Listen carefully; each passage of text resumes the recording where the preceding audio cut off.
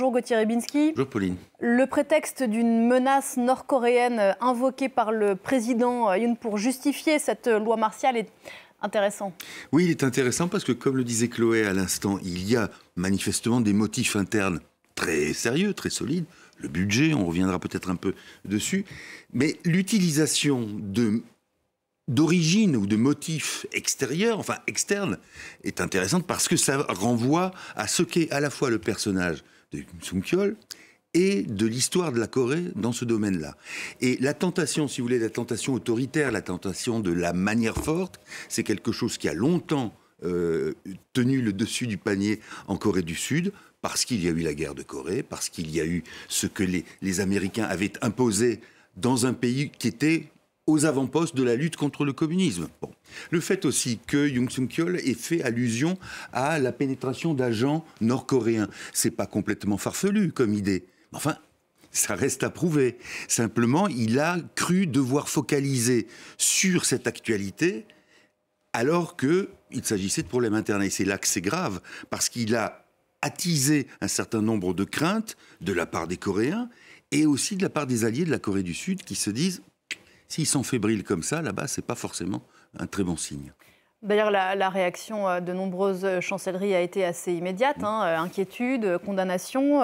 Et on l'a dit, le fond de cette affaire, c'est un débat interne autour du budget. Oui, autour du budget, là encore, ça dit pas mal de choses, parce que ce qui est reproché au gouvernement, à la fois aux législateurs et à l'exécutif, c'est de concocter un budget laxiste en matière d'ordre, en matière de maintien de l'ordre, pas assez pour la police, pour la lutte contre la délinquance, etc.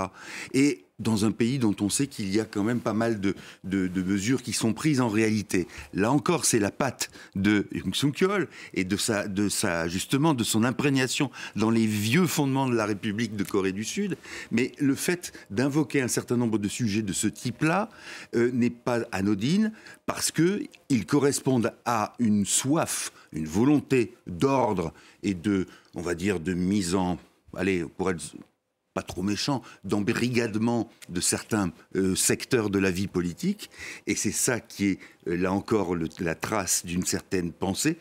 Il faut quand même raisonnablement imaginer qu'il n'est pas le seul, Yoon Sung-yeol, sinon il ne se serait pas aventuré. D'ailleurs, il y a des éléments de l'armée qui ont suivi, et probablement il y a aussi une partie de l'opinion sud-coréenne qui abonde dans ce sens. Mais d'un mot, sur la question des institutions, elles ont tenu, oui, et ça c'est important, mais elles ont tenu parce qu'il y a une mobilisation dont on voit encore les traces et la présence, mobilisation populaire citoyenne. Pour revenir à ce président Yoon, qu'on ne connaît pas forcément très bien ici en Europe, et ça parle de sa politique et de sa personnalité, c'est un masculiniste convaincu. À sa façon, ça encourage aussi un certain populisme qui imprègne la société coréenne et sa politique. Totalement, totalement. L'idée étant, pour Yoon Sung-yeol, et donc ce secteur masculiniste qui est en voie de croissance, au fond, toute la société sud-coréenne est, disent-ils, en but à une sorte de relâchement, entre guillemets, de féminisation. C'est ça, l'idée, c'est que finalement la défense des droits des femmes, dont le président voulait supprimer le ministère qui était dédié à cette lutte-là, eh bien, tout ça ne fait que ramollir la nation, etc., etc., etc. Vous voyez le genre de discours.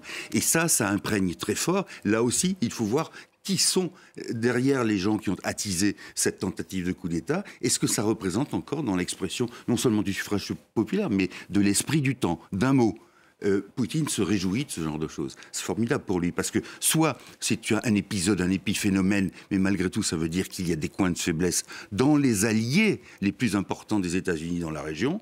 Et puis sinon, si c'est structurel, alors là c'est encore mieux pour lui. Ça veut dire qu'il a raison quand il dit que cet Occident ne tient pas debout.